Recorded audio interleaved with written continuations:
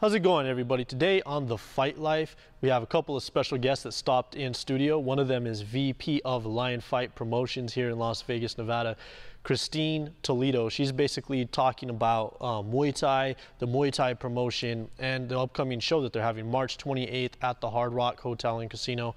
That's going to be going on inside of the joint. She's also given us some free tickets to give out. So the way that you're going to qualify for free tickets, if you want to do it on Twitter, we're doing a giveaway on Twitter, Instagram, and Facebook right now. So if you want to do it on Twitter, basically go on, follow us at Fight Life Media, and do a couple plugs. Just say, hey, follow at Fight Life Media, and basically tell people why they should follow us. You know, it could be basically whatever. It's up to you guys.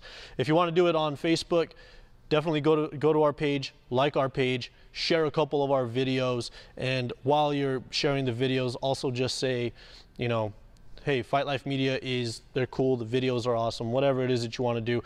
But, you know, basically, you help us, we'll help you get some free tickets. That's how it's going. Instagram, we're going to do it through video. So if you do a creative little video telling us why you should get Lion Fight tickets, make sure that you tag us in there or send it to us at Fight Life Media.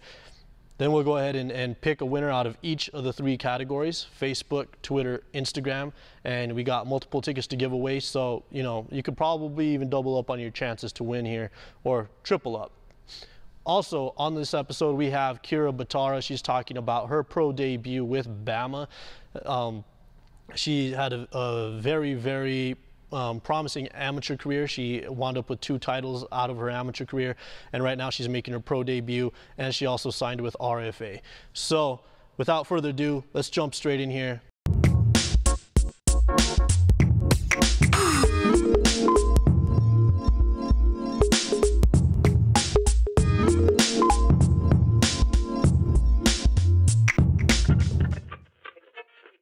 What's up, everybody? Welcome back to The Fight Life.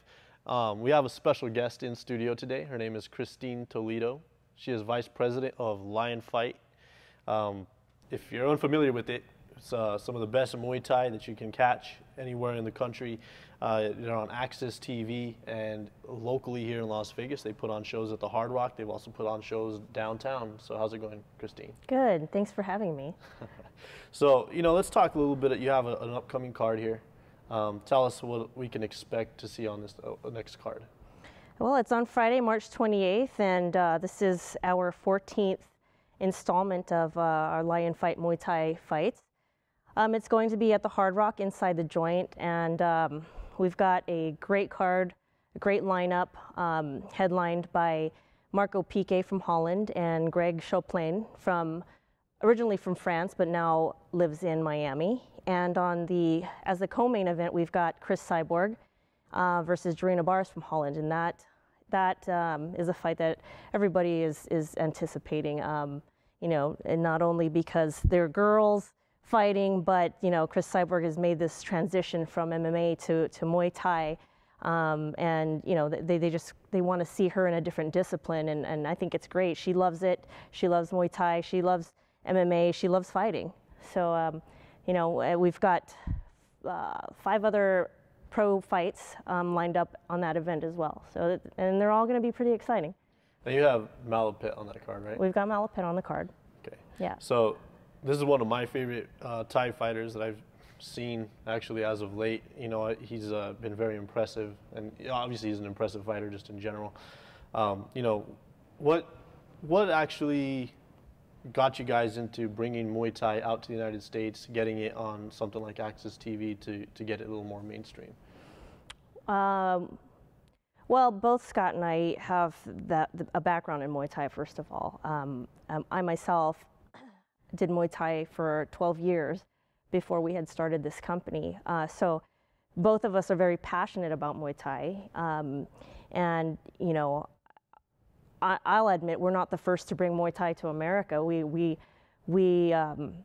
have a very, you know, we've got a goal to make it bigger. We want to grow the sport in America, and you know, we want to see it. We want to see it go into the mainstream, and we feel like we're making progress. So I don't know if that answers your question, but Sort of does, yeah. Well, you know, because I think Muay Thai for a long time, at least here in the United States, it was a very small select group of people that really paid attention to the sport itself. You know, we've talked about how there's a rich culture that's involved with Muay Thai and a lot of those things, but you know, let's talk about some of the changes that your promotion has made from other promotions that have brought it to the United States. Okay, well, yeah, for example, you know, it was something that we had talked about a little bit earlier. You know, in order for Muay Thai to make it into the mainstream, the American audience would have to understand it. And they don't understand it with the traditions and the culture behind it. And the one thing that's different from our promotion than some of the other smaller promotions out here is that we don't play the music in the background while the fighters are fighting. You know, and it's not a good thing. It's not a bad thing. It's something that we feel is going to make the show more successful and more appealing to the wider audience. Now, being that the audiences in the United States tend to be a little more, I wouldn't want to say ADD is the word, but you know, they like everything happening faster, a little more on point. You know, what do you think that does as far as taking away from the perspective of the traditional Muay Thai, or do you think that you still get what you're getting at least out of the fights? I think the audience and the traditional, you know, the enthusiasts, the Muay Thai enthusiasts, still get out of the Muay Thai fights the action, the art. They'll still see the beauty of the art. They'll still see the technique. But as far as them feeling, you know, enthusiasts feeling that we've taken away traditions from the sport, that's something that we kind of had to balance out with our new audience. You know, taking it to the mainstream is taking it out of this little circle, which, you know, you had said, you know, Muay Thai used to just be this small thing and had a selective group of people watching it, and only a few people, not a few people, but few you know, groups would understand the meaning behind Muay Thai and its culture and its history. So we've kind of taken it out of that to introduce it to the mainstream, to the fight world, to fight fans that don't just understand Muay Thai, but love to watch fighting and love to watch action.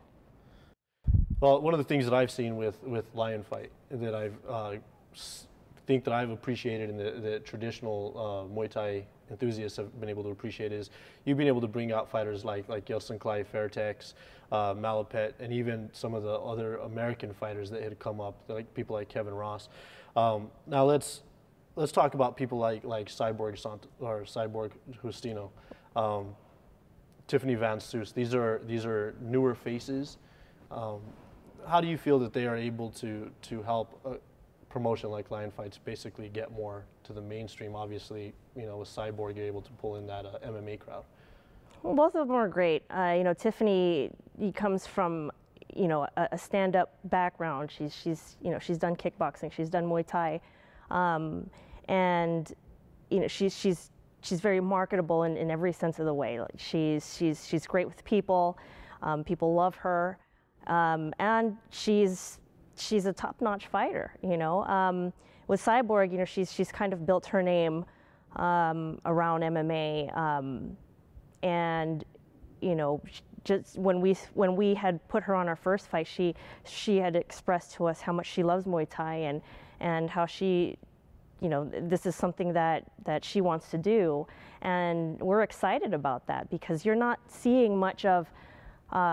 It used to be the other way around, where, you know, Muay Thai fighters are transitioning into MMA, and for someone like Chris Cyborg to jump into Muay Thai after such a successful career with MMA is you know, is exciting for us, because that's exactly what we're trying to do is get people to see what Muay Thai is, how great the sport is, and And like I said earlier, I mean, she loves it, and she's great at it.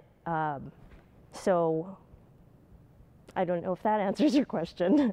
But the females, you know, the females, you know, people are drawn to them because, well, now there's more females getting into the fighting sport, period, you know, whether it's boxing or MMA or Muay Thai. And there's more of an acceptance for females in the fight world. So to see faces like Tiffany and Chris Cyborg being headliners for Lion Fight, we think it's great. And, you know, they do such a great job, not only because they you know, they're very personable, but they're also excellent fighters. Now let's talk a little bit about females headlining. You obviously came from a time when you were fighting that here at Master Toddy's in Las Vegas, that he put a lot of emphasis on getting the female fighters that mainstream exposure. What kind of lessons did you take from that you put into Lion Fight? I took a few good things from that. You know, at first I didn't understand it. You know, Master Toddy had taught me that, you know, you can't just be a fighter. You have to have a story. You have to have some character. And, you know, some people will argue against that because if you're a fighter, and that's what you want to focus on. But, you know, there's that aspect of promoting and getting people to pay attention, or to, you know, you want to catch people's attention if they've never seen what Muay Thai is, you know, or was never interested in women fighting. It's kind of a shocker to some people, you know. And I think, you know, females kind of have, in that sense, shocked the world, you know. Till this day, some people don't like the fact that women fight. But I think it's become more of an acceptance, and you know, females are getting the respect that they deserve.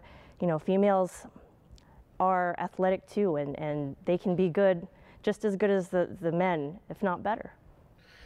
Now let's talk a little bit about just the fight game in general. I mean, you've been around for a very long time, both as a fighter and now, you know, with your role of VP of Lion Fight. What do you think's changed from the time that you were a fighter to right now? A lot. And it's taken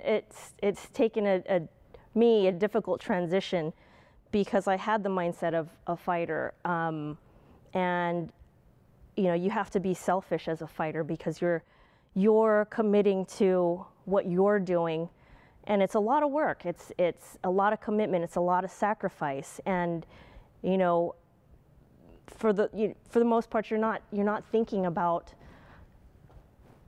everything else. If you're so focused on your training and your fight and what's coming up, and and then as a promoter, it's the complete opposite. I mean, you're thinking about the fans. You're thinking about you know, selling tickets. You're thinking about, you know, making this work so that we can continue to do this over and over again and keep it growing. And you're thinking about how do you get this to be successful, and how can you make this grow without turning people away, you know?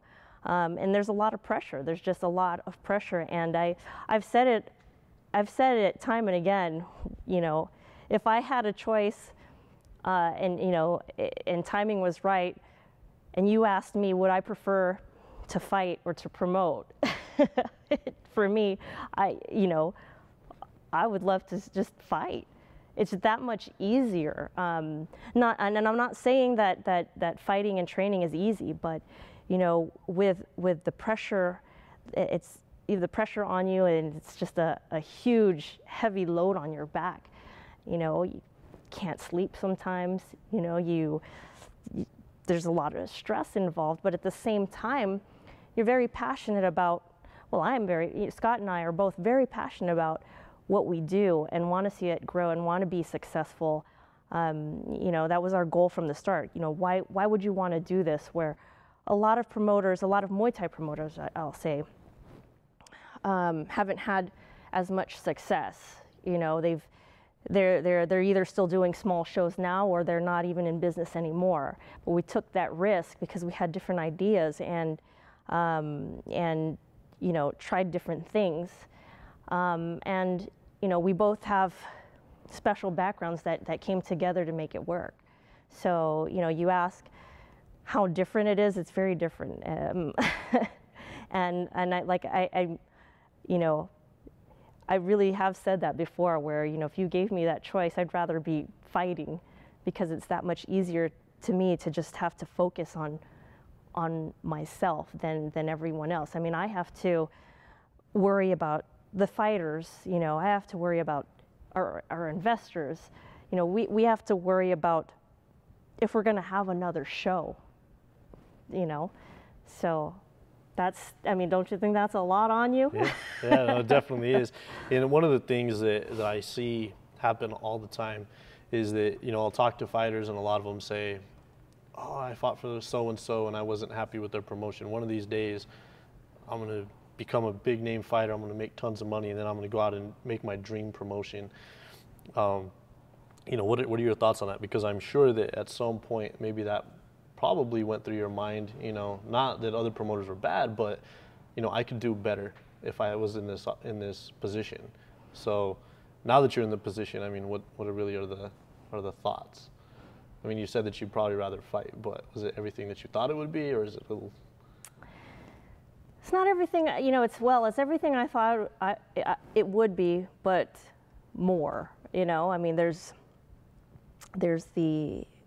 it's just the stress and just that pressure alone to think, well, you know, is this our last show? Do you think we did good enough to do another one? And of course, that's not the mindset that you want, because you want to keep going and you want to see it grow. But those are the pressures behind it. You know, if we don't have enough people in the venue, if we don't, you know, if our audiences get bored, we lose them. That's, you know, and, you know, with both Scott and I wearing different hats, because, you know, we are a small company, and, you know, we handle a lot of things, just the two of us. And, you know, with me doing the matchmaking, I always feel the pressure that, like, you know, as much as you know about a fighter, and how great their career is, you never know how they're going to perform that night. And for me, I'm always sitting at the edge of my seat, hoping, you know, crossing my fingers that they're going to fight, you know, their fight the way that they do, the way that the crowd has always loved them. And sometimes, you know, it's true, fighters have you know, good nights and bad nights, you know. So then you hear it after the fact, you know, after they fight, that, well, that wasn't the greatest fight, or blah blah blah. You know, we get a lot of critics, and you know, Scott and I have agreed that, you know, we can't listen to all of it. We have to move forward and do what we need to do to keep this running. You know, you can't always listen to the negative, and there's always going to be those negative people, those haters, you know. But those are also the people that bring you down if you choose to listen to it. So there's that pressure too. You know, you're always going to have the critics. You know, you're always going to get negative comments, and we always have to fight that. We have to beat that. We have to overcome it, and do better, as you have said earlier. So now the matchmaking part of this, that's what I'm really curious about, because you're obviously having to do something that's a little more of an international reach. How does that work out? I mean, obviously you're pulling in fighters from Thailand, Canada, Holland. I mean, like, let's talk a little bit about that side of it. What do you mean, how does it work? I mean, how? Like, you know, is it actually you traveling to those places? Are you pulling tape? No, you know, with my background in Muay Thai and being a fighter, I've traveled quite a bit while I was still active in fighting, and met people along the way. So my network is pretty, you know, I've got a pretty decent network of people, whether they're promoters, fighters themselves, or managers.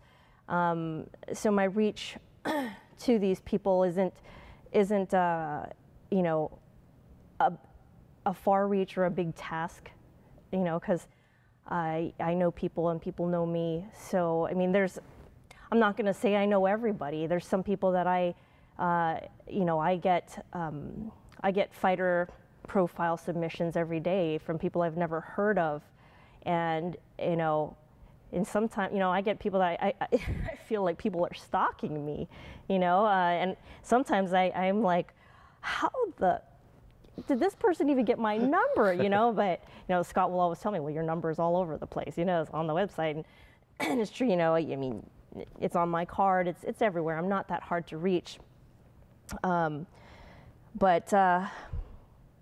Sorry, how do we make this question short? Like, I'm rambling now. That was pretty much kind of you answered it. You know, just asking a little bit about, you know, how that goes as far as trying to get the fighters in and stuff. Because, you know, I know that we just I recently did a radio interview with Michelle Gutierrez, and she was basically saying like, hey, I got in touch with them. You know, her background is more of a striking background, so you know, it was obviously kind of like a no-brainer considering her popularity with the local crowd here in Las Vegas. So, you know, that's what is it that you look for in the athletes that you put onto your shows? There's certain factors that really have to stand out. You know, one, of course, is the talent. You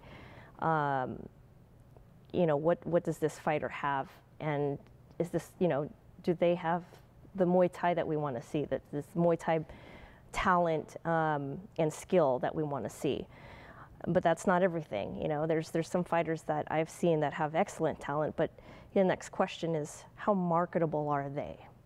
You know, I mean, we can bring a top guy from Thailand. I mean, there's quite a few of them, you know, that no one's ever heard of.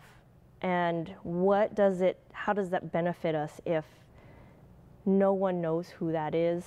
Are they going to come see him? Are they going to tune in on TV to watch him?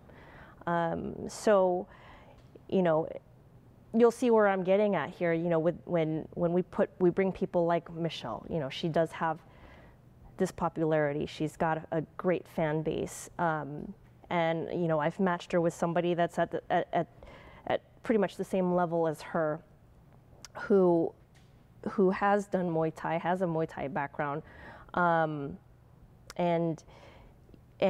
but people don't know who she is, you know. So I do that every once in a while, where you kind of have to match the people with somebody that people are familiar with, so that they get to know who this other person is. But at the same time, I've got to match them so that it's fair, it's completely fair.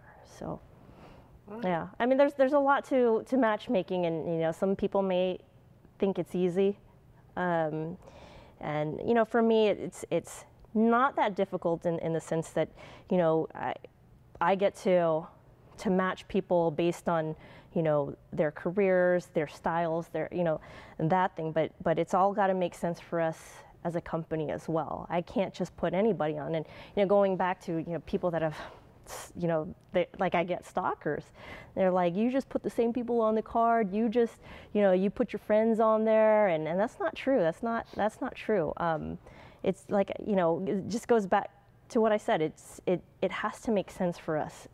You know, there has to be a benefit for us too.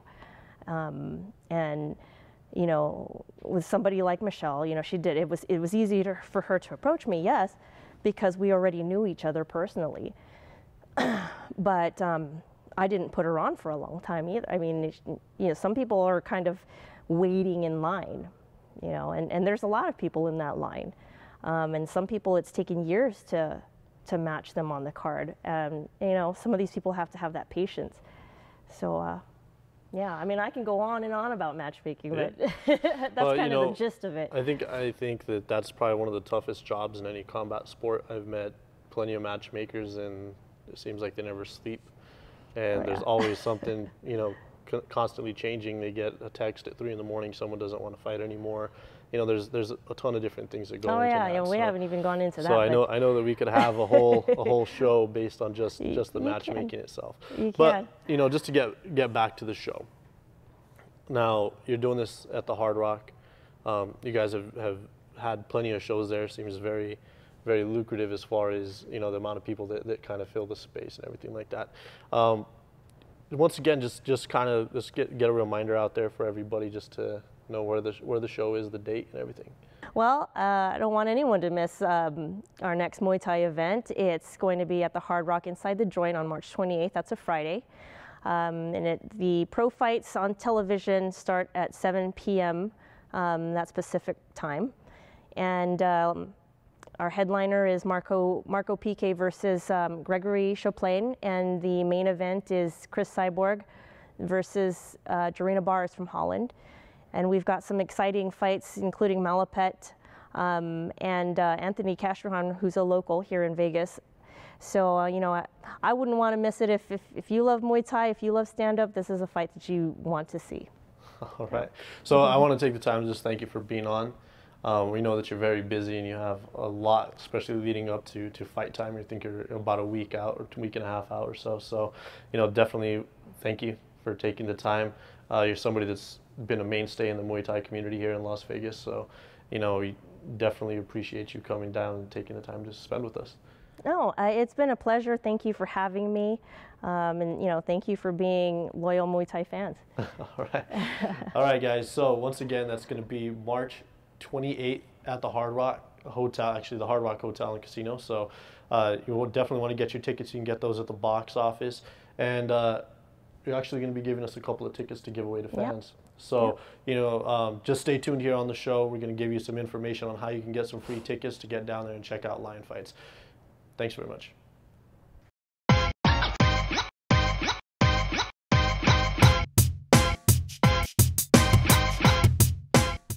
How's it going, everybody? Today on the flip side of things, we're going to follow up from last week and talk more about getting a personal board of directors in place for yourself.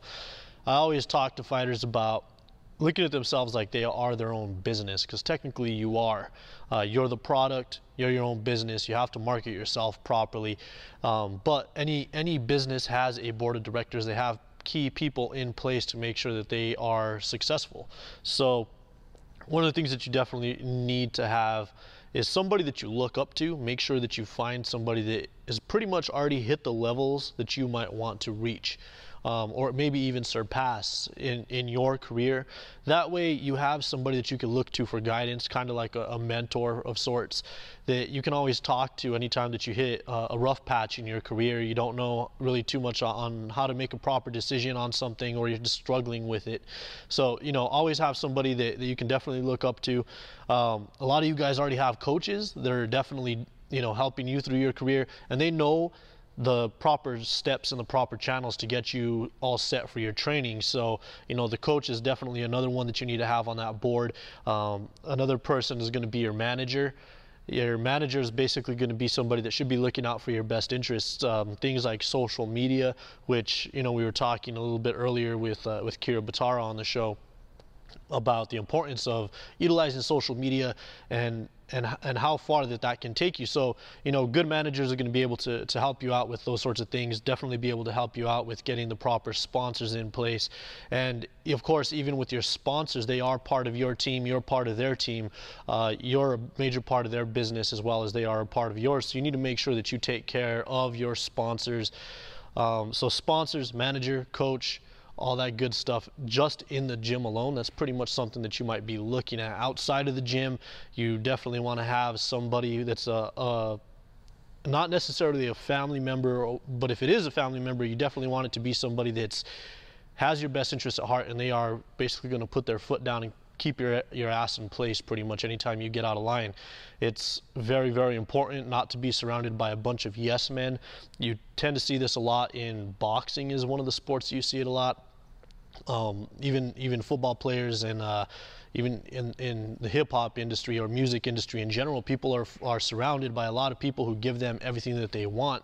It's not always the best thing. You need people that are going to keep you in line. So outside of the gym, if you're going to surround yourself by, you know, friends or family, make sure that they are I guess hard asses would be the best way to put it. People that are going to keep you in line, people that are going to basically tell you when you're messing up and when you need to straighten out. So anybody that holds you accountable, it's very, very important to have them around.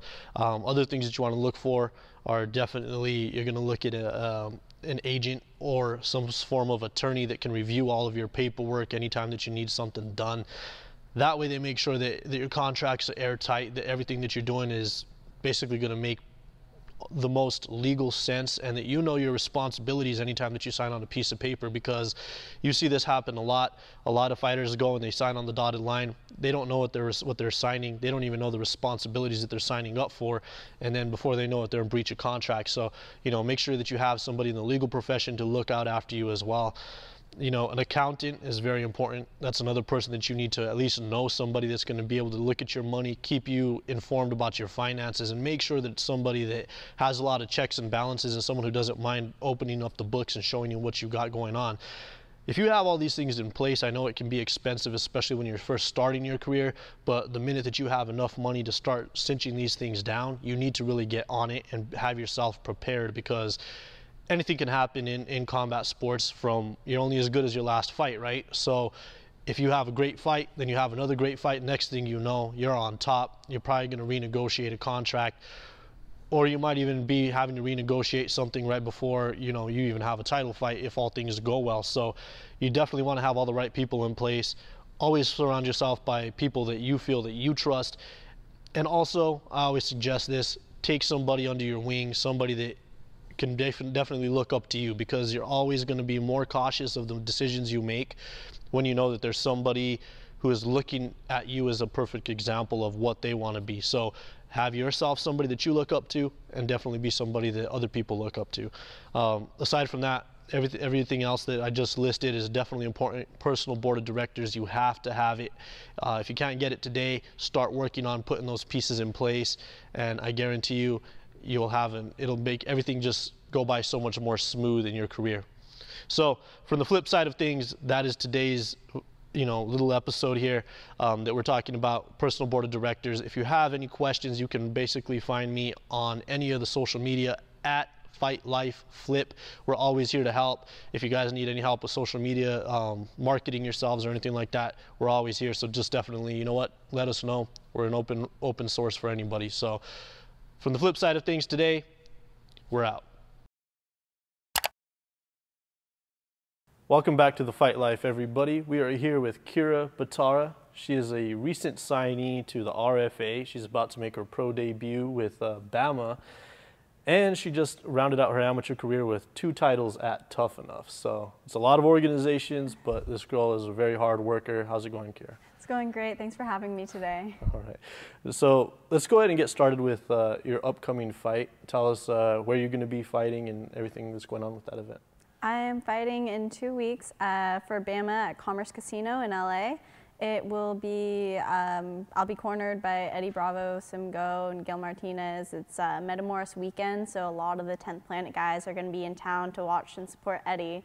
So hopefully I get a really big crowd out there and put on a really great show. All right. Now, you know, you originally caught my attention through social media.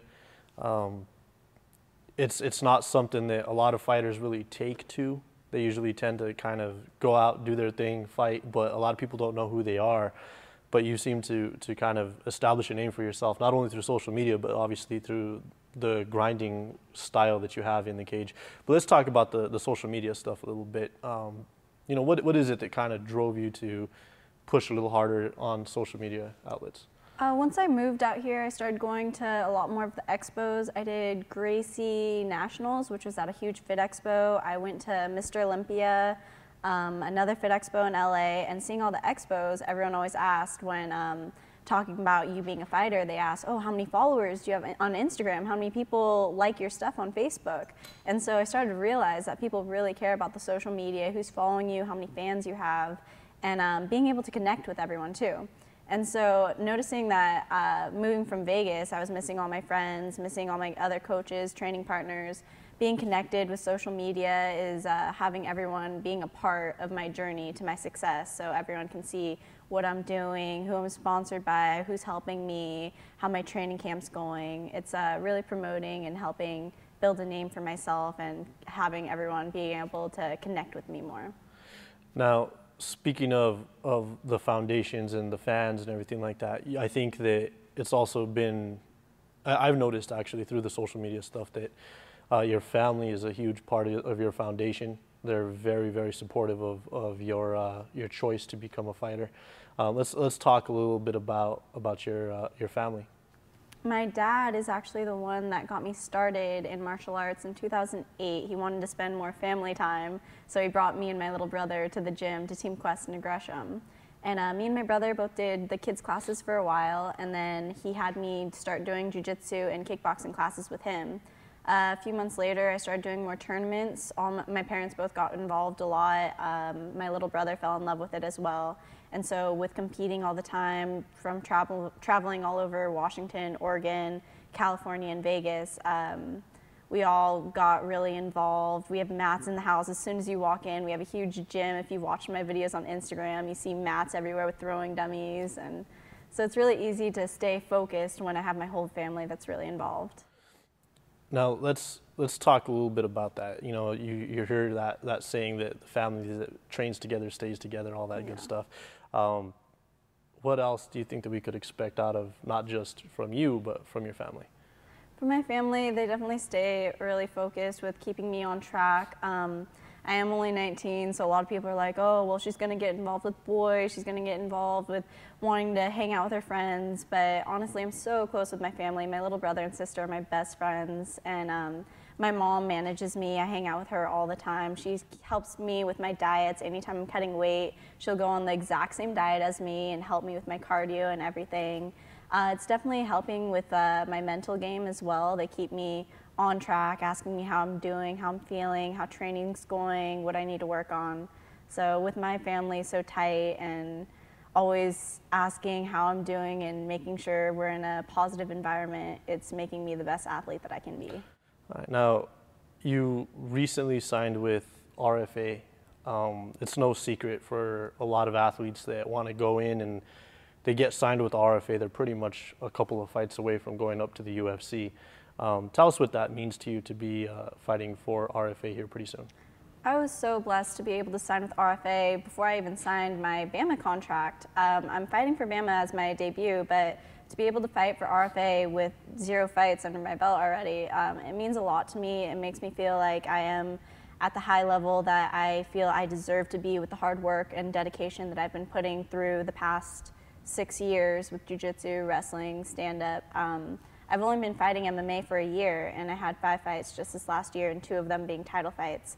So I definitely feel that I'm working hard enough to deserve that spot with RFA. Now, I always like to go back into someone's past with fighting and really get to know, when was it that you fell in love with not only mixed martial arts, but let's say it was jiu-jitsu, wrestling, anything like that. When did you realize that this is what you wanted to do?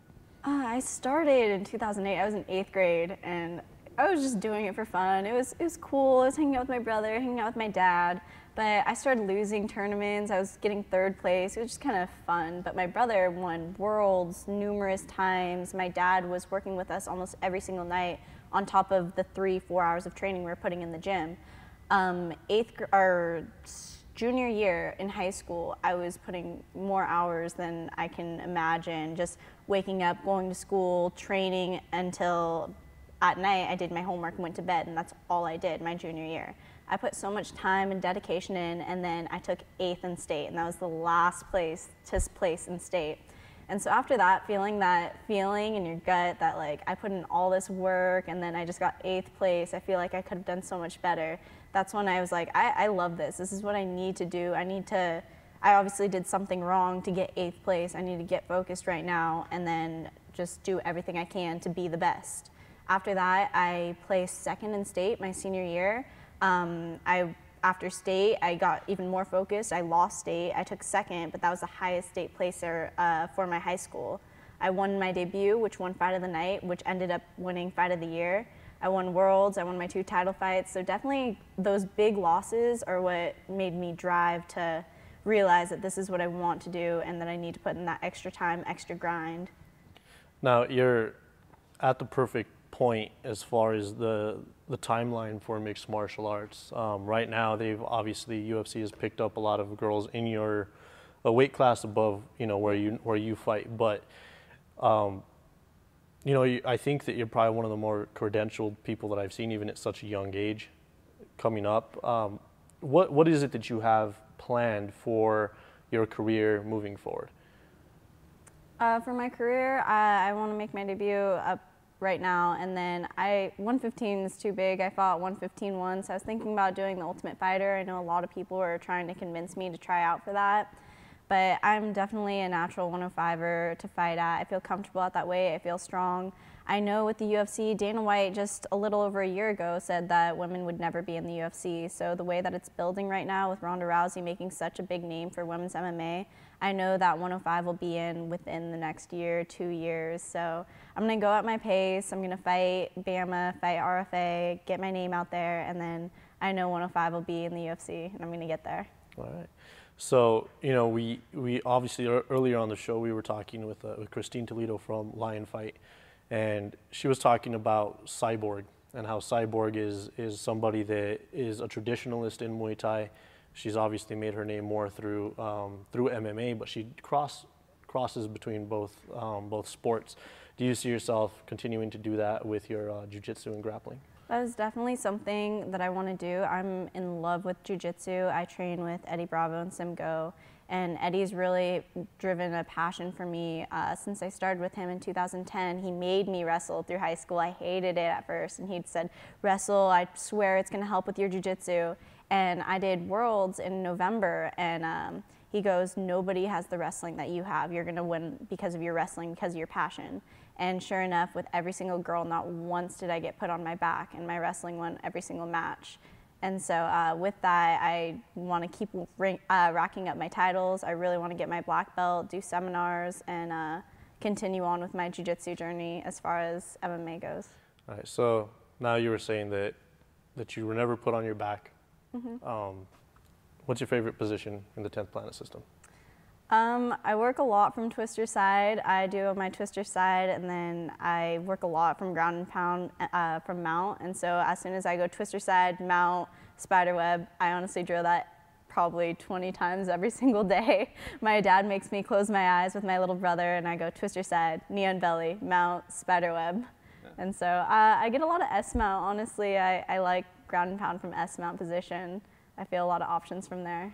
Yeah, I mean, and there are a lot of options from there. You know, it was just kind of funny because I come from a wrestling background, and I did a little bit of 10th Planet system, and you know, that twister side control is actually something that people don't really ever seem to be prepared for. Yeah. And there is a lot of cool options from there, especially if you get into like reverse arm triangles, things like that. So now moving forward, what do you know about your opponent here in this upcoming fight?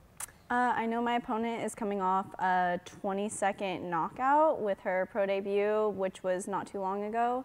She is definitely a striker. I've seen 2 of her fights on YouTube, just doing some research on her. She's really aggressive, but I think that I've been working on my striking a lot, so I'm going to work my angles on her. And everyone expects me to take it to the ground. They know I have my wrestling, but I've been working with Gil Martinez with Elite Boxing a lot, so working on my striking, working on my ground. I'm going to mix it up with this pro debut and put on a really good show. All right. So, you know, we're all going to definitely be looking forward to seeing that pro debut.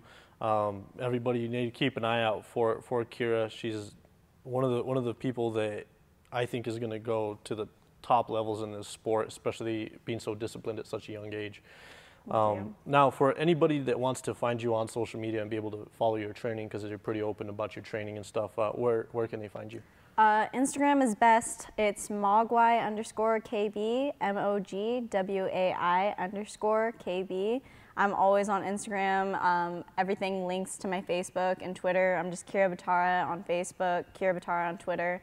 But go on my Instagram. That's my favorite. I post daily training videos. I have a cookbook that I'm coming out with.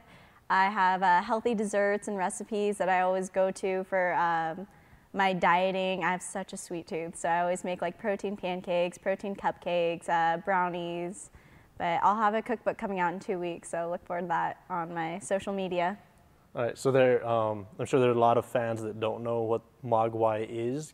Maybe you can explain it real quick, because that's one of my favorite movies. But I love that movie, yes. The Gremlins. Mogwai is a little fuzzy creature, like a Furby, if you're a 90s kid, Furby. And when you get them wet, they turn into a gremlin. And so my coach always says, you're cute and little, like a little Mogwai, but then you turn into a gremlin as soon as you go in the cage. That's one of the coolest names that I've heard in quite some time for MMA fighters. So there you guys have it. Make sure you follow Kyra Batara all over social media. Mogwai, we're definitely looking forward to everything that you have moving forward in your career. So thank you so much for having me. All right.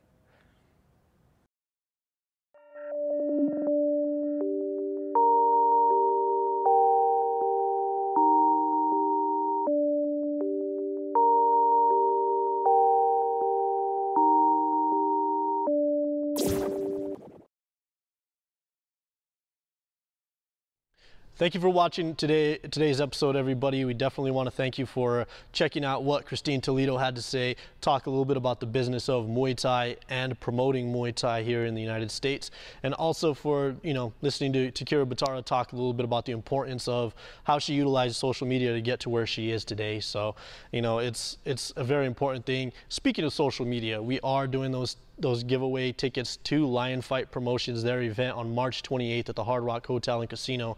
So if you want to get in on that, basically on Twitter, follow us at Fight Life Media, and you could basically do a short tweet, send it out to people, say, hey, follow at Fight Life Media because, and then whatever it is that you think is the reason that they should follow us. If you're on Instagram, at Fight Life Media, send us a short video. You have 15 seconds, so 15 seconds to tell us why you should get tickets to Lion Fight Promotions. And if you're on Facebook, follow us on Facebook, which is /Fight Life Media, and basically share a couple of videos, and also do the same thing. While you're sharing a video, tell people why they should follow us. So other than that, that's pretty much it for the day. From Fight Life Flip, the crew down here at Fight Life Media Studios, without you, there is no us, and you are Fight Life Media.